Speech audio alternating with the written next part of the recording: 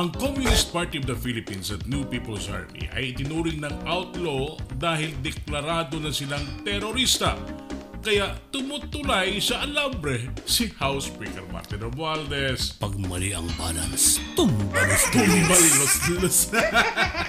Nasa kaliwa niya ang 3 asong taga-tahol sa Kongreso na bawang magkakaliwa at committed na siya sa mga ito. Mga basher hound, hindi basher hound. Si Franz Castro ay convicted child abuser dahil bumitbit ng mga minoridad patungo sa kuta ng NPA rebels. From minority black to minority bearer. Si Raul Manuel nagtakot humarap sa mga kasamahan niyang NPA na nagtungo sa Senado dahil kaya nilang patunayang recruiter si Manuel ng kabataan para gawing NPA. Si Raulo? Takot? Nandito po yung nag-receive po at nakakita po talaga personally kay Raul Manuel sa loob po ng NPA unit, and she will discuss her story. Anong purpose ni Raul Manuel pagpunta doon sa mga kampo ng NPA?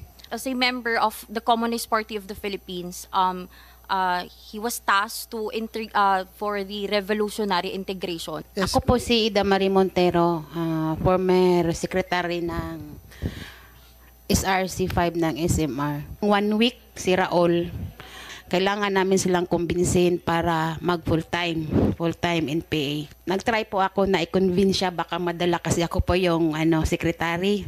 Umiyak po siya kasi sabi niya sa akin po na naiintindihan daw po niya ang sitwasyon at alam daw niya yung pangangailangan, pero sa sarili niya hindi pa daw po talaga siya ready na mag-NPA. Kaya tutulong na lang daw po siya sa ibang mga gawain. May naka-assign na po daw na task niya. So dati siya student regent ng UP. Yes po, 2017 is magkasama kaming nagre-recruit sa UP. Siya as student regent, tas ako as alay sining UP naman. While student regent siya, nagre-recruit siya ng mga kabataan para maging NPA? Yes sir, yun yung tasking niya as member ng Communist Party. Ayun, nagpunta siya sa NPA nga po para alam niya kung para kanino siya nagre-recruit. Si Arlene Brosas naman, na representative ng Gabriela Party List. Ang Gabriela ay front organization ng National Democratic Front o NDF. Batay sa investigasyon ng National Intelligence Coordinating Agency, NICA. Pag nag-deny, representative na siya ng Gabriela. Nasa kanan naman ni Speaker ang maraming buayang congressman. Nakakampi niya lang dahil na papakain pa niya kapag hinugutom niya. Kamay niya ang sasagpangit. Members of the House of Reptiles, tatib. Kumbaga sa larong chess, para isulong ang impeachment laban kay Vice President Sara Duterte, blunder ang pagsulong ni Speaker na gamitin ng 3 lefties. Tres kaliwetes. At the biggest blunder ang magtiwala siya sa representatives ng buhaya, pero mukhang mga buwitri. Buhayang walang kabusugan, buwitring nakikipagagawan sa pera at power. Umatras na sila sa suporta sa Makabayan Block. Makabayan Blockade. Bawat hakbang ngayon ni Speaker ay may panganib na malaglag siya sa kaliwa o kanan. Hindi na rin siya makakatawid sa dulo ng alambre dahil niyuyog-yog na ito ng pinsan niyang Pangulo at ng pinsan din si Amy Marcos. Kawawa. Tambalaglag. Sa mga alam mo, Idol Bonito, matagal ko nang na-predict dito sa programa natin na magiging kawawa sa dulo si Speaker Romualdez dahil sa, siyempre, sa dulo magkakalaglagan kung totoong siya ay napag-uutusan lang para wasakin si BP Sara, parang siya ngayon ang nalalaglag. May tama ka, Idol Kukubench. Mukhang may nakalap na kakampi si PBBM sa Kamara. Malalaglag si Speaker dahil kinontra na ni PBBM ang nilutong impeachment ng Kamara laban kay Inday. Sabihin niyo mga dumag kayo! Ano ang recipe ng niluto ng Kamara na lutong Macau sa impeachment? Ano? Kamaron abusado. Marunong sa agwa. Mapakla ang lasa niya, Idol. Mapakla. Pero, Idol, Ayon nga, kay Senator Rodante Marcoleta, may halaga ang boses ng Pangulo. Pahingan mo.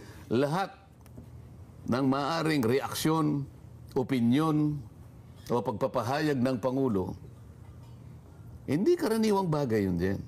Ngayon, nung sabihin niya, itong mga bagay na nauukol sa inyong pinagtatalunan ngayon, mga isyong ginugulo ninyo, nauuwi pa nga sa pag-impeach sa ating Vice President, ang lahat ng yan sa aking palagay ay walang kapupuntahan. Sapagkat yan ay makakapag-aabala lang sa inyo sa dalawang kapulungan. At hindi magko-contribute ng kahit anong pagtatagumpay at kabuluhan sa isang buhay ng isang Pilipino. Hindi pa ba... alis ang posibilidad, Idol. Nahugas kamay ng si PBBM. Kung Pilato baka, dahil umaaklas na ang sambayanan.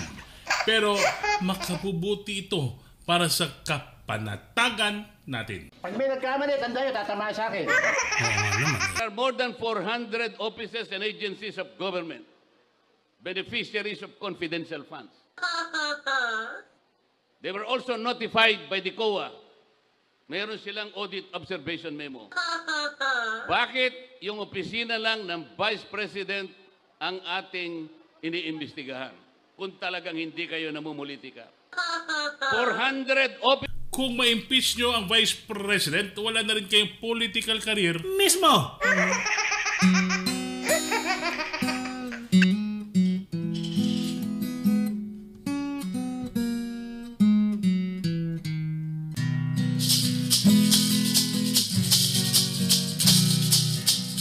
Habang tinatabat ang sanga, lalo pa itong namumunga, at unti-unting pumupurol ang gunting ng mga pulpol. Inday Sara, ginigipit, ginigiba, matibay siya, kasangga ni Marcoleta. Ang Kongresong abusado, nangangarap na mananalo.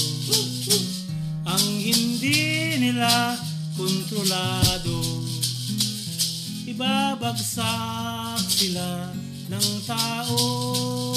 Nagsisibaliktad ang bayarang udat, at mapapahamak ang among niligwa.